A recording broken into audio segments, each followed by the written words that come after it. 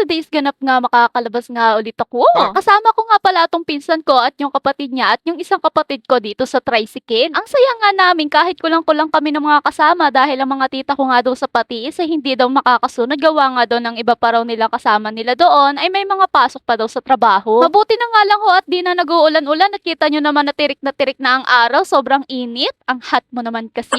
Uy, nakasabay nga ho namin itong truck at ako ho ay nag-aalala at baka hindi mapansin ng driver namin. Anong driver? Marami pa po akong pangarap sa buhay. Charis!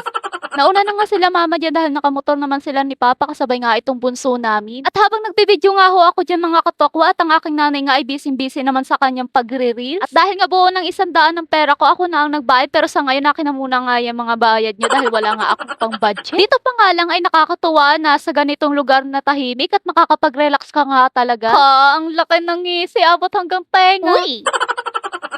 Pupunta na nga po pala kami dyan mga katokwa sa tabing sapa. Ma-share ko nga lang ho, no? Nung isang gabi nga ho na nagvo-voice over ako at bigla nga akong kinausap ni mama. Ilang beses ko na nga ho binabanggit ang salitang ilog. At saka naman sinabi na hindi daw iyon ilog kundi sapa.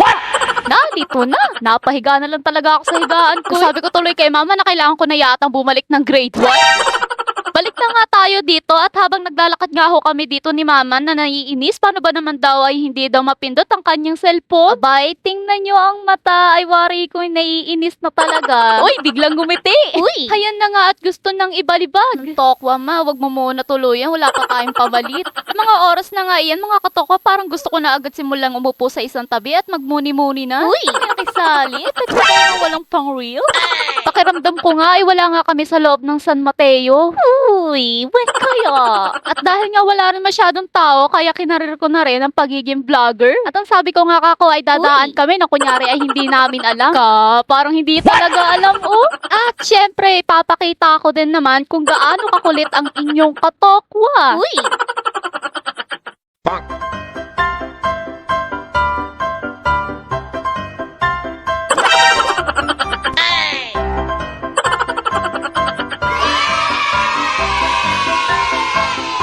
Oh, diba?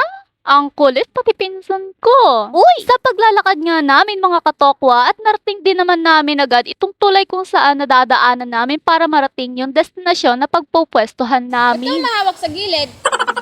Ayan, kung nakikita niyo nga mga katokwa ay sinaway nga ni mama itong kapatid ko na si Jared dahil tinatakot nga ako lalo.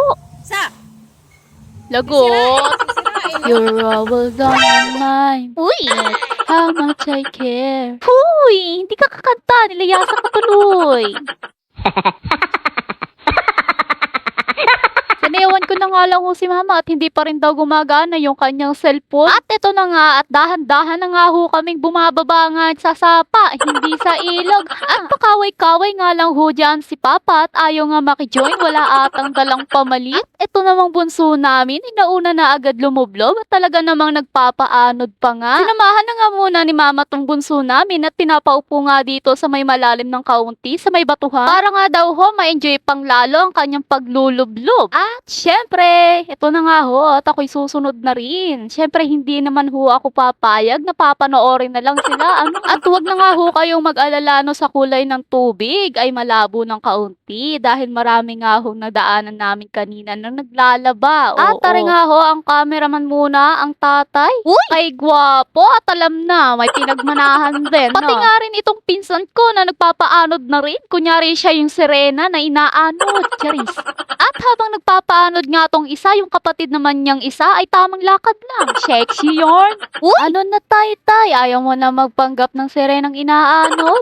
At ako naman ay tamang upo nga lang at pipicturan ko nga dapat siya. Yung pala ay naka-video, hindi nakapang-photo. Kaya hayan, kitang-kita na yung paglulublob niya sa sarili niya. Alam niyo mga katokwa, ang ganda talaga dito. Kahit simple lang, basta kita mong maraming halaman, tanaw ng mga bundok, tunog ng mga maagos tubig, at walang maiingay talaga ng mga sasakyan. As in, nakaka-relax. At habang naglulublob nga sila, pinuntahan ko nga sila mama dahil nga nagpunta sila nga doon sa dulo. Kaso nga pinatawag naman nga sila sa akin dahil kakain na nga daw. Nagtamo nga ako ng mahabang sugat dahil nga habang naglalakad nga ako pabalik at bigla naman inaanod itong sinyelas ko. Sa aking pagkakagahol, maabot ang aking sinyelas ay may bato naman na nakapatid sa akin.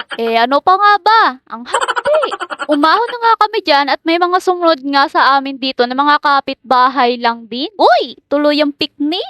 Naagabot nga ng rambutan itong tatakbo sa kagawad, malapit lang din naman ang bahay nila dito kaya kakwentuhan na rin nila. At ang daming ang dinadala sa mga lamesa ng mga bumibisita nga dito para nga magbawas ng kanilang stress. Isa nga sa mga nagustuhan ko itong lumpiang hubad. Fresh na lumpiang labong. Talaga naman, ang sarap nito. Sinasabi ko sa inyo. Rambutan kayo dyan.